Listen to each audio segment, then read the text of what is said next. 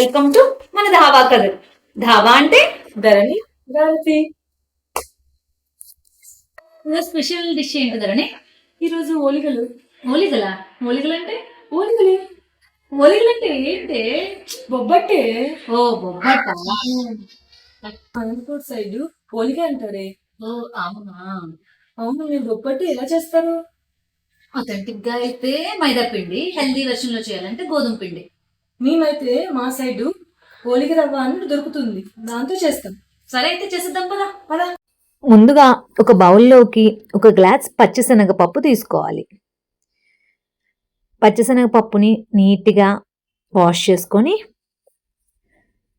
అందులో మళ్ళీ 1 glass పచ్చిశనగపప్పుకి 2 glasses of water వేయాలి. వేసి నానబెట్టుకొని పక్కన ఉంచుకోవాలి. మనం ఎంత ఎక్కువసేపు నానబెడితే దాన్ని బేస్ చేసుకొని విజిల్స్ రానివ్వాలి.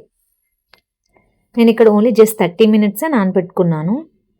దీన్నే ఓలిగ రవ్వ అని అంటారు. మనకి మైదా పిండితో చేయడం తెలుసు, గోధుమ పిండితో చేయడం తెలుసు. బట్ అనంతపూర్ సైడ్ ఇట్లా ఓలిగ రవ్వతో చేస్తారంట. సో ఒక గ్లాస్ ఓలిగ రవ్వకి నేను ఒక 3 స్పూన్స్ ఆఫ్ మైదా పిండి వేసుకున్నా. అలాగే మంచి కలర్ రావడం కోసం కొంచెం పసుపు యాడ్ చేసుకున్నాము. వాటన్నిటిని బాగా కలుపుకోవాలి.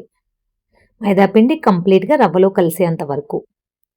తర్వాత ఒక 3 to 4 స్పూన్స్ ఆఫ్ ఆయిల్ వేసుకోవాలి. ఆయిల్ వేసి ఆయిల్ కూడా రవ్వతో పిండితో బాగా కలిసేలాగా కలుపుకోవాలి పొడిగానే. దాని తర్వాత కొద్ది కొద్దిగా వాటర్ పోసుకుంటూ పిండిని కొంచెం పలచగానే కలుపుకోవాలి. అప్పుడే మనకు బొబ్బట్లు చేసేటప్పుడు బాగా ఈజీగా వస్తాయి. ఇదేనండి ఓలిగ రవ్వ ప్యాకెట్ మేము యూస్ చేసింది. సో ఇది పిండి ఇట్లనే పిచిక్ అన్నట్టు మనకి చేతికి అంటుకోవాలి. అలా అంటుకొని ఆయిల్ వేసుకుంటే అది మన చేతి నుంచి వదిలేస్తుంది. కాస్త నానేక సాఫ్ట్ అయిపోతుంది.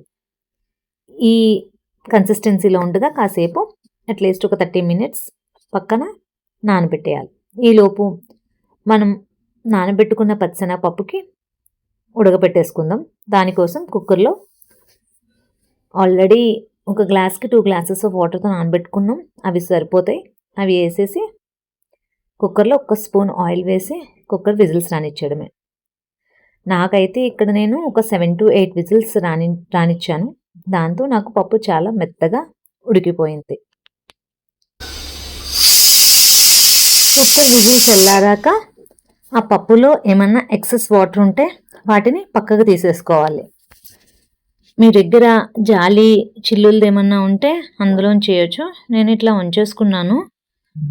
ఆ వాటర్ అంతా బయటకు తీసేసుకోవాలి. అప్పుడు ఆ మిగిలిన పప్పును మనం ఇంకా మెత్తగా చేసుకోవాలి. సో దట్ బద్ద ఎక్కడా తగలకుండా ఉంటుంది. సో ఆ పప్పుని కొంచెం చల్లారనిచ్చి మిక్సింగ్ జార్లోకి తీసుకోవాలి. ఒక్కసారి మిక్సింగ్ జార్లో మిక్స్ చేస్తే ఇట్లా స్మూత్ పేస్ట్ లాగా అవుతుంది.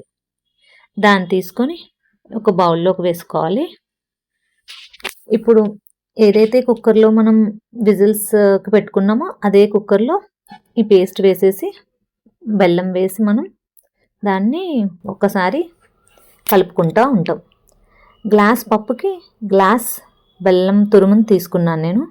మీరు కొంచెం స్వీట్ ఇష్టపడే వాళ్ళు అయితే గ్లాసు పావు కూడా వేసుకోవచ్చు. మేము ఒక సటల్ నార్మల్ స్వీట్ తింటాం కాబట్టి గ్లాస్కి గ్లాస్ మాకు కరెక్ట్గా సరిపోయింది. బెల్లం కరిగేంత వరకు ఒకసారి మాడకుండా కలుపుతూనే ఉండాలి. అది చాలా మెత్తని పేస్ట్ కాబట్టి తొందరగా మాడే అవకాశం ఉంటుంది. అందులో ఒక 1/2 స్పూన్ ఇలాచీ పౌడర్ వేయాలి, మంచి స్మెల్ రావడం కోసం. ఒకసారి మళ్ళీ కలిపేసుకొని బెల్లం అంతా కరిగింది, కొంచెం గట్టిపడింది అన్నాక కొంచెం నెయ్యి కూడా వేసి కలుపుకుంటే చాలా సాఫ్ట్గా ఉంటుంది. టేస్ట్ కూడా బాగుంటుంది. ఇక్కడ కలిపిన నేతికి పూర్ణం అంతటికి నెయ్యి బాగా పడుతుంది కాబట్టి. అలా చేసి కలిపేసుకున్నాక చల్లారబెట్టుకోవాలి.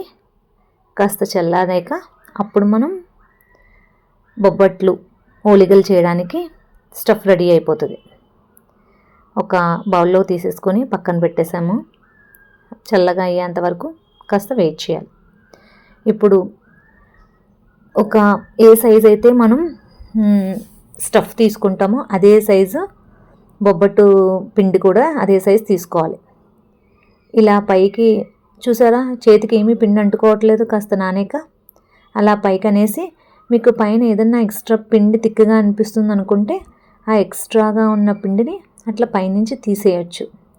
తీసేసి ఒక్కసారి చపాతీలాగా కొంచెం పలుచగానే ఉంటుంది కాబట్టి అలా అత్తుకుంటూ ఉంటే కాస్త నెయ్యి వేసుకుంటూ పలుచగా ఉండి వచ్చేస్తుంది. ఇప్పుడు కింద ఏదైతే మనం బటర్ పేపర్ కానీ ఒక పాలిథిన్ షీట్ కానీ వేస్తామో పైన కూడా అటువంటి షీట్ వేసి మనం ఇట్లా పామితే చాలు, దానికదే పల్చగా అట్లా వస్తుంది.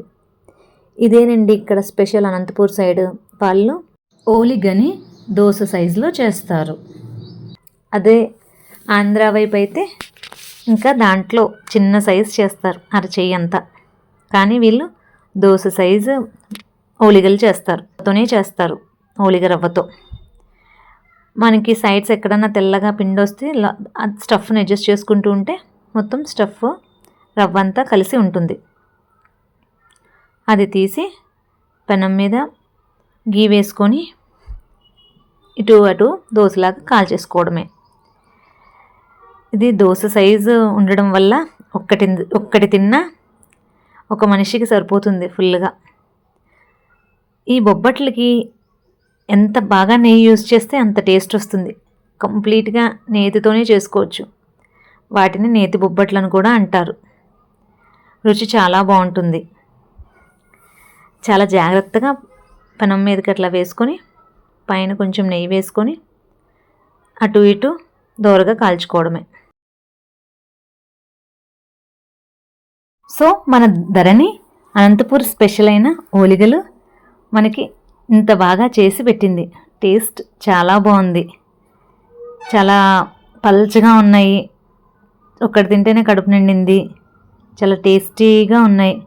మొత్తం నెయ్యి వేయడం వల్ల నోట్లో వేస్తుంటే కరిగిపోతుంది. మీరు కూడా ఒకసారి ట్రై చేసేయండి. ఇదిగో కార్తీ, ఓలిగా అనంతపూర్ స్పెషల్ రెడీ. టేస్ట్ చేసి చెప్పు, ఓకేనా? ఓకే.